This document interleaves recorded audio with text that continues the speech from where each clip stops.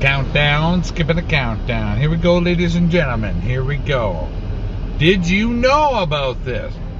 Boom, according to sources, the Brunson brothers case in the Supreme Court.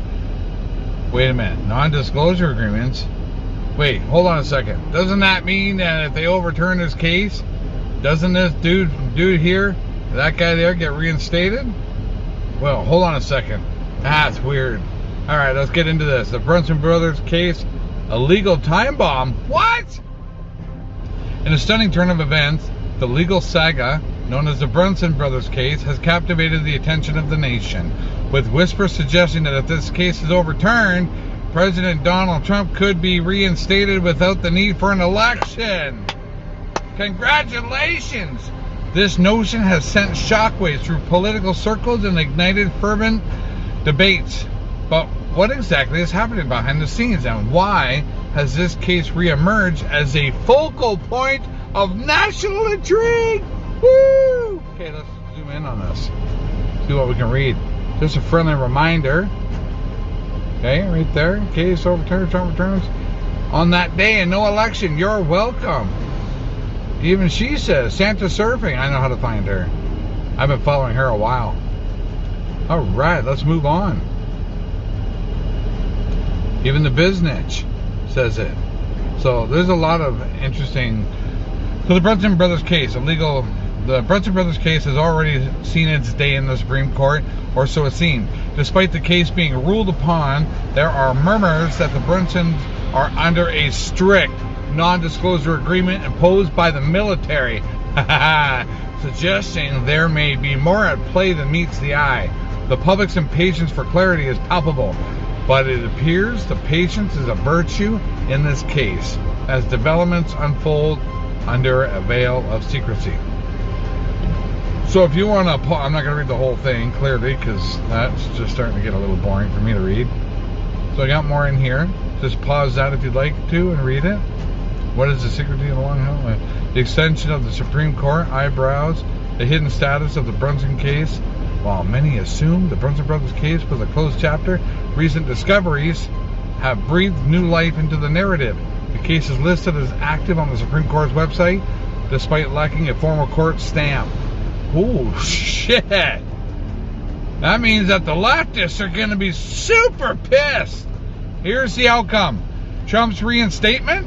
The most dramatic element of this unfolding drama is the speculation that an overturned Brunson case could lead to Trump's immediate return to the presidency.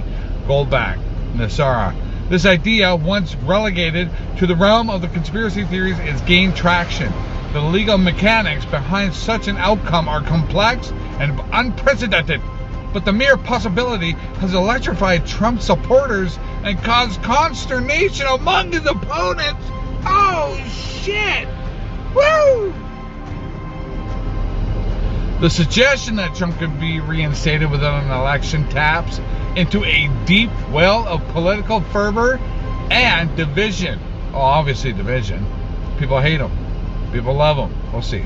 For Trump supporters, it's a tantalizing prospect, a chance to see their champion back in the White House without the arduous process for another election. This means that the economy, that means that Donald Trump's going to allow BRICS to come in, the gold back, they've already got the money printed, everything's already done. Remember, everything's just a movie. Everything's already been done. This is disclosure for the people not ready, so that they can slowly grasp it all, because people, as you know, people are not ready. So here, you can read all this, just pause it. Everybody's going to wonder how I find this stuff. No, I'm a rabbit hole specialist, man. I got way more shit to show you.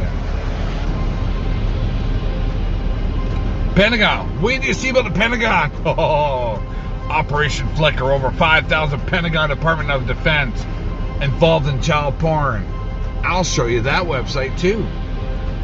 Not the actual child porn. You're not going to see that. Sorry. Let's see. Is that a video? Yes, it is.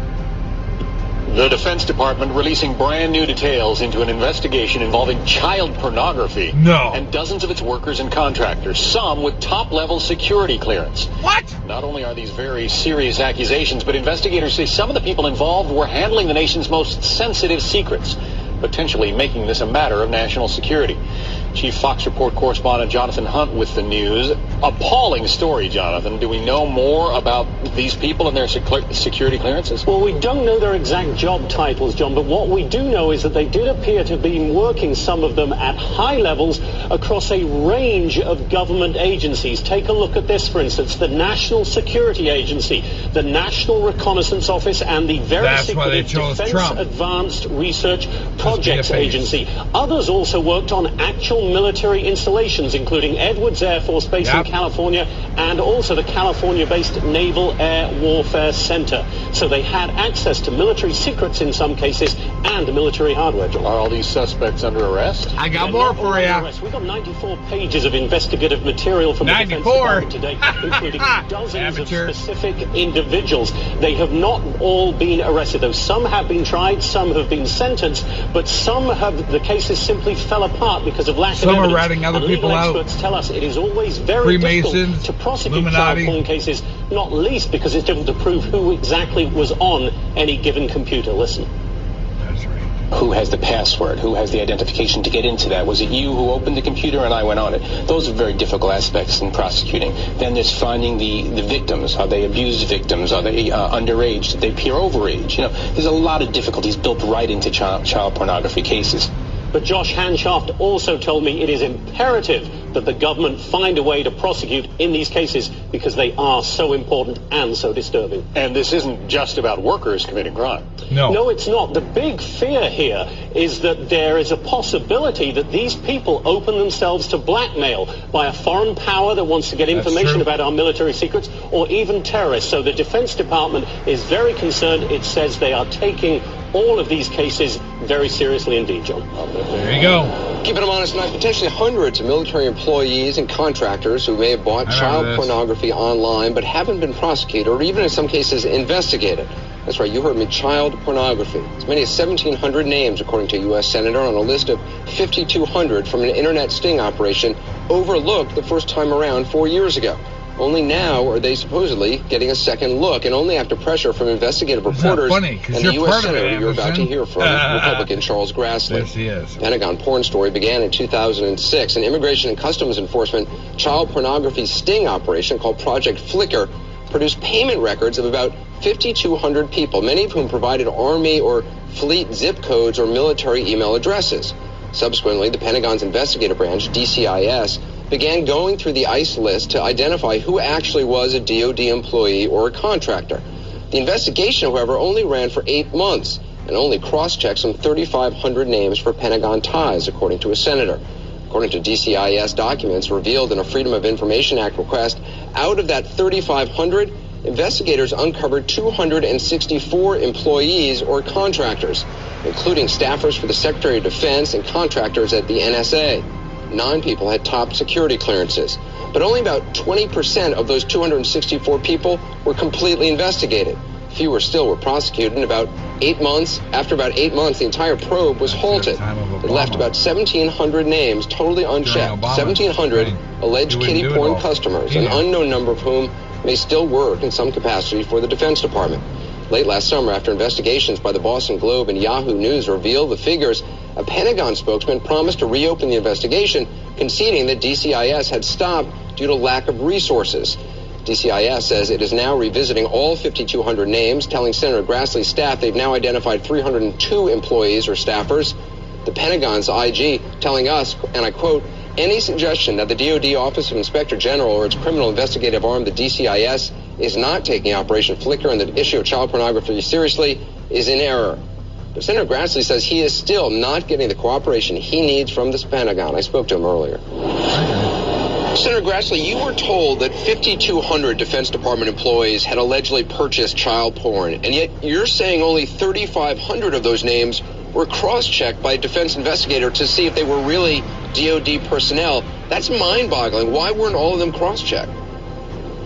Well, we don't have an answer to that question, but it's quite obvious that the other 1,700 should have been cross-checked, and that's one of the answers to my questions that I want answered, and the implication of our questions is they ought to be cross-checked. We ought to find out, because we're talking about not just general pornography here. we're talking about child pornography, and child pornography, taking that down. So here's what's going on. During the time of Obama, he didn't do it all. During the time of Clinton, they didn't do it all. They just made it look good. When Trump came in, the whole fucking thing was wide open. That's why they hate him. Don't miss this. So there's other leaked. Anyway, I don't need to show you. Well, I showed you in the other one, but I got another thing for you here.